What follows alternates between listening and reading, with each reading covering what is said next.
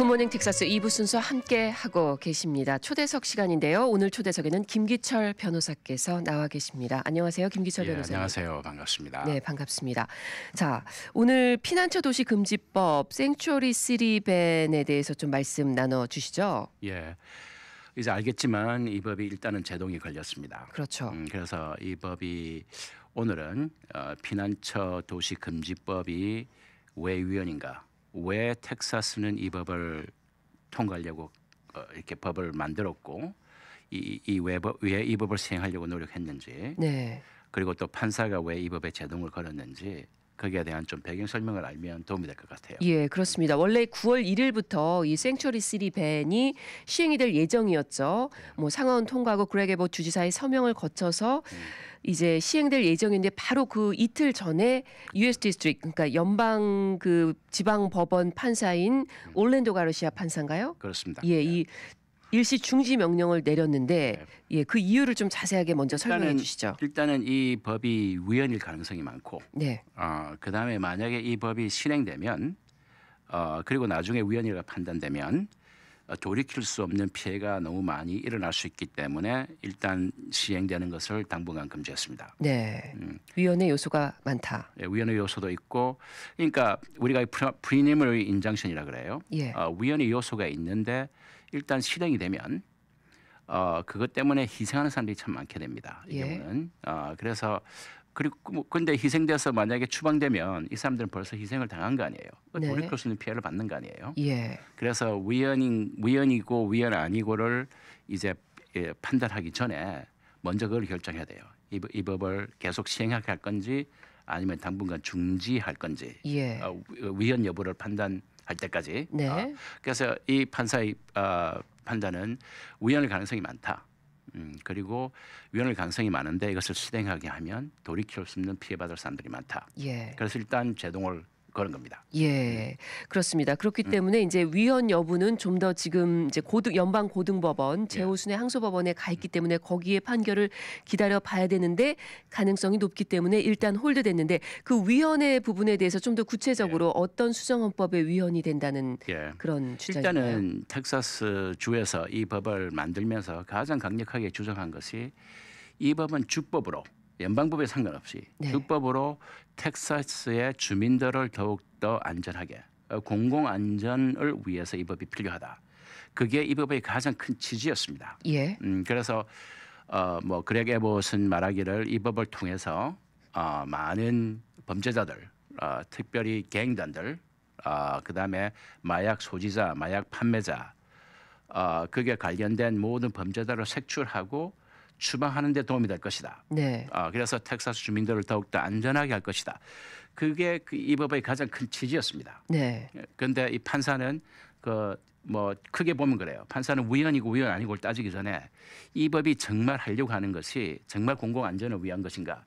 그게 이 판사의 대부분의 분석이었습니다. 네. 판사의 판단은 아니다. 이것은 공공 안전을 위한 것이 아니다. 차라리 이 법은 공공 안전을 위한 것보다는 우리 텍사스 주민들, 많은 텍사스 주민들을 더 위험하게 한다. 예. 더 불안하게 하고 더 위험하게 한다는 것이 판사의 판단이었습니다. 예, 이 올랜도 가르시아 판사의 판단이었고, 네. 그리고 이 법이 텍사스 주에서 이제 패스하려고 그럴 때 많은 사람들이 커멘트를 합니다. 네. 많은 사람들이 커멘트를 한 걸 들어보면 대부분의 커멘트가 이 법은 우리를 더욱더 세이프하게 하지 않는다.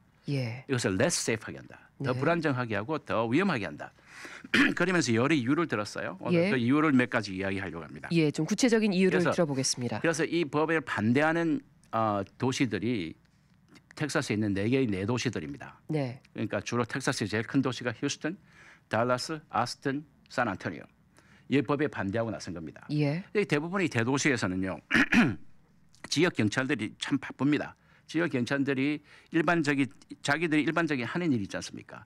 범죄 방제를 하고 수사를 하고 범죄인 체포하는 등 이 시민들을 보호하는 치안의 일만 하는데도 바빠요. 예. 그래서 이 일만 하는데도 경찰력이 부족하다는 많은 불평을 듣고 있는데 이것이 대부분의 도시들의 문제입니다.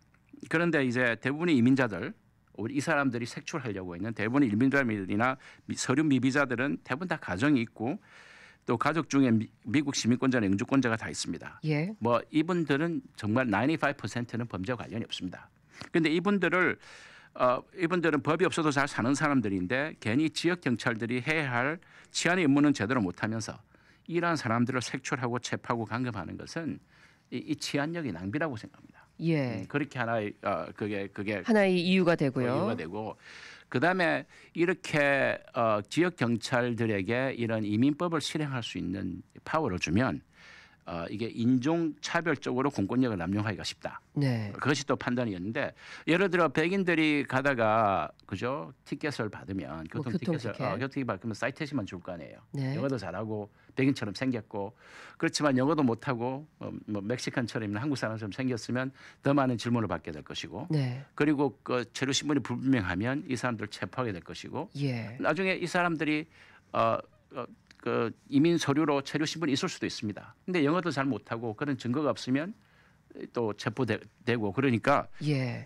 그러니까 처음에 인종을 보고서는 이제 그렇죠. 구별을 하다 보니까 인종 차별적으로 이제 그렇죠. 공권력 남용이 될 수 우려될 있다. 수 있다라는 그럴 수 있다. 거죠. 그래서 충분히 일어날 수 있는 일이에요. 예. 그래서 이민법을 빙자하여 인종적으로 사람을 구별 및 차별하는 우리가 말하는 racial profiling 네. 충분히 일어날 수 있다고 생각하는 거예요. 예. 그다음에는 사실 이 치안을 하는데 가장 중요한 게 지역 경찰과 지역 사회의 특별히 소수민족의 지역 사회 신뢰성 문제입니다. 네. 그러니까 경찰들이 이런 것을 무분별하게 공권력을 남용하면서 특별히 소수민족들, 히스패닉계들 그런 사람들을 이렇게 체포하고 났을 때 과연 이 사람들이 경찰에 협조하겠는가? 예. 사실 그 중에는 범죄하지 않은 사람들이 대부분이에요. 가벼운 뭐 교통 스피드 위반인 경우도 있는데 그런 경우에 이제 축적되다 보면 아무래도 그렇죠. 신뢰성에 문제가 될 수 그렇죠. 그래서 있겠다. 그렇게 수상한 사람 하는 걸 보거나 예. 수상한 범죄적인 일을 보면 신고하는 게 중요해요. 경찰이 그렇죠. 다 볼 수 없으니까. 네. 그래서 근데 자기가 불법 신분이면 신고하겠냐 이 말입니다. 네. 그리고 또 이런 문제가 됐을 때 이런 사람들을 신고도 하고 이런 사람들을 나오면 이 사람들을 체포할 뿐만 아니라 신고해서 재판해야 되는데 네. 사실 이 사람들이 증인으로 나와줘야 합니다. 그런데 이렇게 자기들이 만약에 서류 비자가 증인이면 나오겠냐 이 말입니다. 그렇죠. 아무래도 신뢰가 떨어지는데. 예. 그래서 지역 경찰들이 불법 체류자를 색출하고 체포하는 데 그 공권력을 남용하고 자꾸 인종적인 수단으로 인종적으로 차별하면 네. 결국은 소수민족하고 이 지역 경찰하고 신뢰도가 없어진다 이 말입니다. 예. 그러면 결국은 우리 모두를 더욱더 불안하게 하고 예, 전체 사회에도 그것이 영향을 미치겠죠. 그렇죠. 미치고 결국은 길게 보면 이것이 결코 텍사스의 공공안전을 위한 것이 아니다. 네. 그것이 이 판사의 판단이었습니다. 예, 이 올랜도 가르시아 판사가 또 이런 어떤 부분에 대해서도 이야기를 한 거군요. 그렇죠. 그러면서 그 판사가 자기 말이 아니라 예. 이 법을 이제 제정하려고 할 때 많은 커멘트들이 있었습니다. 네. 많은 커멘트인데 대부분의 텍사스주 의회를 통과할 때도 네, 여러 그렇죠. 의견을 들어볼 그렇죠. 때 예. 대부분의 그 뭐 교회 단체나 네. 지역 사회 단체나 다 말하기를 이 법은 우리를 더 보호하지 않는다. 예, 공공 안전을 위한 목적이 아니다. 센츄리 시리 밴인데 실상을 들여다보고 실제적으로 분석해 볼 때 오히려 도움이 안 될 것이다. 그렇죠. 도움이 안 이런 되고 의견이 그렇죠. 많았던 치안에 거군요. 방해가 된다고 이야기했어요. 네. 치안에 방해가 되고 더 위험하게 되고 결국은 이 법은 특별히 트럼프 행정부의 반이민법을 실행하려고 하는 이 텍사스 주가 이 트럼프 행정부의 오른팔이 돼서 예. 반이민법을 강요하고 그리고 이 불법 체류자들을 색출하고 모색하고 쫓아내는데 그 의도가 있는 거지 정말 공공안전한 것이 아니다. 예. 그런데 판사가 그것을 받아들인 것 같아요. 이 연방지방법원의 이 판사가- 올랜도 가르시아 판사가 받아들였고 예. 결국 이제 중지가 됐습니다. 그렇죠. 그리고 근데, 예. 그래서 이제 그게 이제 가장 큰 그림이고요. 예. 가장 큰 그림이고 이제 그렇지만 그건 이제 팔러시 디시전이고 네. 이 법을 만들 때는 어떤 좋은 팔러시를 하기 위해서 법을 만들지 않습니까? 네. 그래서 텍사스주가 가장 걸고 나온 가장 명분이 이 법의 명분이 공공안전이었는데 판사가 그걸 받아들이지 않았습니다. 예. 공공안전이라는 것은 그래서 명분이 없어진 거 한마디로. 예, 그 부분에 대해서 이제 조금 전에 구체적으로 또 설명을 해주셨는데 예. 또 이 올랜도 가르시아 판사 같은 경우에는 이 수정헌법 10조와 4조의 위헌이 될 그렇죠. 가능성도 그렇죠. 있다라고 언급을 그렇죠. 했잖아요. 그 그렇습니다. 부분도 조금만 설명해 그래서 이제 주시자면요. 10조라는 것은 이제 연방 정부가 마음대로 주정부를 강요할 수 없습니다. 네. 주정부도 미국은 연방 정부라는 것은 우리 Federal Government 연방 정부의 주권이 있고 또 주정부의 주권이 있습니다. 네. 그런데 만약에 텍사스 주정부가 연방 정부의 오른팔이 돼가지고 그 주정부 밑에 있는 도시들이나 그저 작은 도시들에게 연방 정부에 강요하는 것은 10조에 연방정부 10조에 어긋날 수정헌법 10조의 위헌이 될 수 있다. 예, 그렇게 이제 말한 것이 하나고 그 다음에는 또 이제 법적으로 따지면 그래요. 법적으로 따지면 어떤 사람을 체포할 때는 범죄가 일어나는 상당한 이유가 있든지 곧 일어나든지 아니면 범죄를 꼭 저지를 수 있다는 상당한 근거가 있든지 아니면 체포영장이 필요합니다. 네. 그런데 그래서 만약에 순경 이 사람을 잡아가지고 이민 신분을 묻는 거에 대해서는 문제가 없었습니다. 뭐 물을 수 있다고 해요. 그렇지만 이 사람을 체포할 때는 이제 이민법을 내가 어겼다. 그것은 사실 범죄가 아니거든요. 아직도 연방법에서는 이게 범죄가 아닙니다. 일리걸 엔트리는 범죄예요.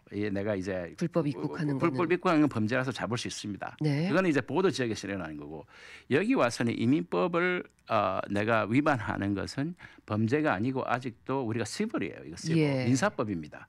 그런데 민사법을 어겼다고 과연 이 사람을 감금할 수 있는가? 형사법도 어긴 게 아닌데. 이제 거기에 대한 많은 디베이트가 있었지만 이 판사의 판단은 결국 이게 민사의 법인데 민사법을 어겼다고 해서 물어봐서 민사법을 어겼다고 해서 이 사람을 감금할 수 있는가?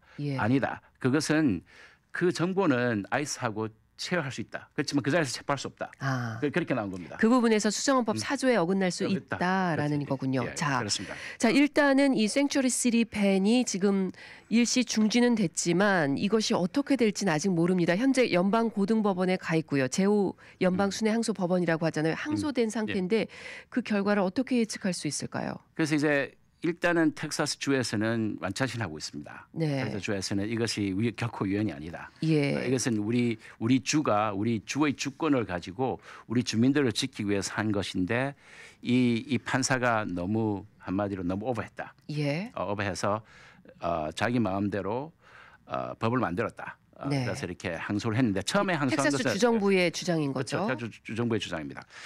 몇 가지 더 있어요. 왜 이 판사가 이것이 위헌이라고 한 게 그게 이제 그 4조 헌법 4조를 위배된다. 그게 하나였고 하나는 또 미국 법 중에 연방법하고 주법이 같이 상충이 되면 주법은 묵살돼야 합니다. 상위법이 더 갈려 있는데 사실 연방법에 그런 절차가 있습니다. 연방법 아이스가 그러니까 이민법은 연방법 아니에요.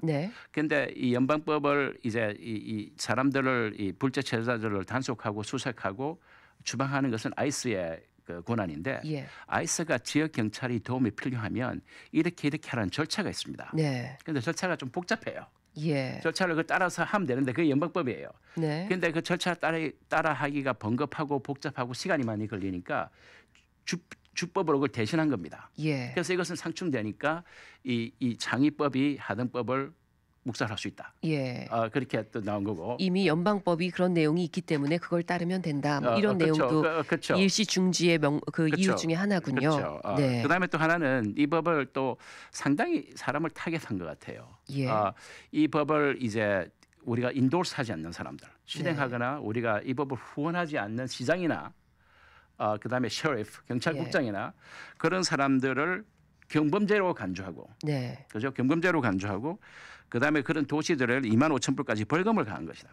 이런 것은 그 사람이 자기가 내가 시장으로 생길 수 있고, 내가 셰리프로 생길 수 있는데, 이 사람이 얼마든지 자유의 그 언론의 자유가 있고, 표현의 자유가 있습니다. 그런 자유를 억압하는 것이다. 그죠? 억압하는 것이다. 그래서 헌법 1조 에 어긋난다. 하여튼 그것이 판단이었습니다. 그래서 그런 면에서 위헌이 가능성이 많다고 주장했고요. 그래서 이제 어떻게 될 것인가? 일단 제동이 걸렸습니다. 그래서 텍사스 주는 뭐 위헌이고 위헌이 아니고를 따지는 건 시간이 많이 걸립니다. 그건 텍사스 아마 그것은 연방 정부까지 대법원까지 갈 것이고 일단은 이제 항소법원에서 고등항소법원에서 계속 이것을 시행이 금지된 것을 풀 것인가 안 풀 것인가 결정합니다. 만약에 풀 것이라고 하면 시행된다고 하면 우리 ACLU에서 다시 대법원으로 항소가 갈 겁니다. 예. 그거 결정하는 데는 몇 달이면 될 겁니다. 예, 일단 연방고등법원에서는 이 일시 중지를 풀 것이냐 말 것이냐, 그거는 예. 한 몇 달 안에 결과가 나오니까 좀 기다려 봐야 되겠는데, 예, 생츄어리 시리 밴으로 인해서 아직 그 여파가 계속해서 좀 있기는 있습니다. 우리 예. 지역 사회 내에서요. 일단은 숨을 좀 돌릴 수 있는 것 같아요. 예, 맞습니다. 예. 예, 잘 들었고요.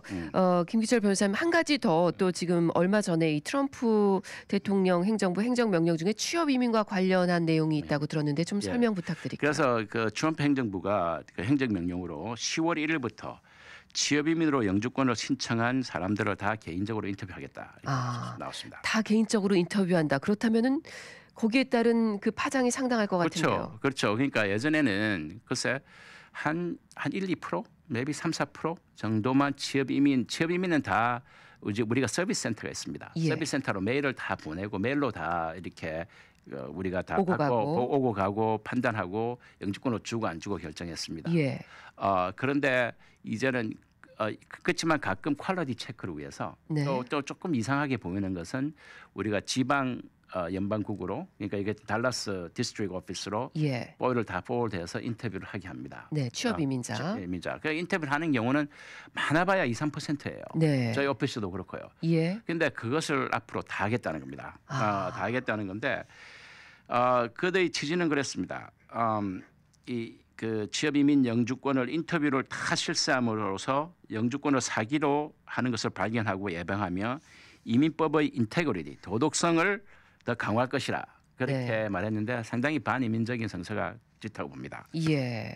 자, 그래서- 좀 몇 가지 우려되는 사항이 있을 텐데 그 부분 좀 그렇죠. 말씀해 주신다면. 그래서 처음으로 되는 게 이런 사람들을 다 취업 이민하는 사람들이 참 많은데 저희 오피스도 그렇고요. 이런 예. 사람들을 다 일일이 달라스역의 지역 이민국에 와가지고 다 인터뷰를 하려면 이게 제가 상상이 안 가요, 솔직히. 시간이 이게 상당히 지금은 걸리겠네요. 6개월에서 한 1년 사이에 영주권이 나오는데 네, 인터뷰 취업 없이 이민 나오는데 신청했을 때. 예, 지금 상태에도 인터뷰하는 경우는 1년 이상 걸리거든요. 예. 이것을 다 인터뷰한다 그러면 이거 몇 년으로도 안 될 것 같아. 예. 이제 그게 가장 큰 우려입니다. 네.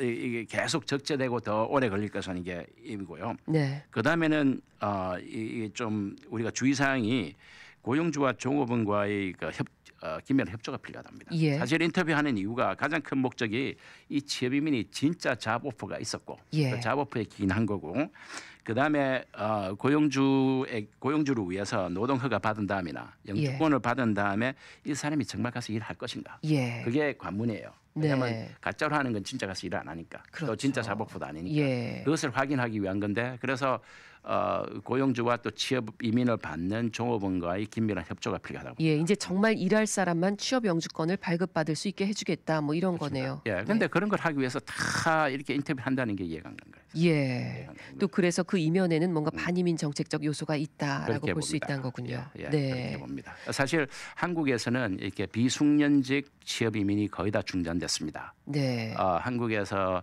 미국으로의 미국으로에서의 예. 비숙련직 이민이 어떤 면에서 그러니까 미국에서 다 승인이 됐는데 네. 비자 받는 데서 비자가 거절당하고 아, 그다음에 이제 비자가 거절당하면서 일단 행정 절차로 이것을 다 중지시켰습니다. 그렇군요. 여기에 행정명령으로 아예 중단했군요. 거의 중단시킨 게 뭐 많은 이유가 있어요.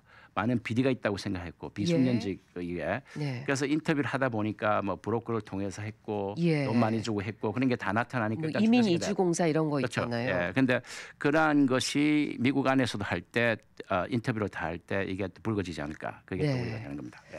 예, 그렇습니다. 특별히 지금 이민 정책이 상당히 좀 이 안정적이지 못하고 많이 변화가 있는 것 같습니다. 이게 행정명령으로 나오는 경우는 바로 변하게 되잖아요. 그래서 이런 부분에 대해서 좀 정확하게 이 정보를 알고서는 이제 우리가 이제 준비한다거나 이행하는 것이 필요할 것 같다는 생각이 듭니다. 오늘도 김기철 변호사님 이민 관련 유익한 말씀 고맙습니다. 예, 감사합니다. 지금까지 김기철 변호사와 함께했습니다.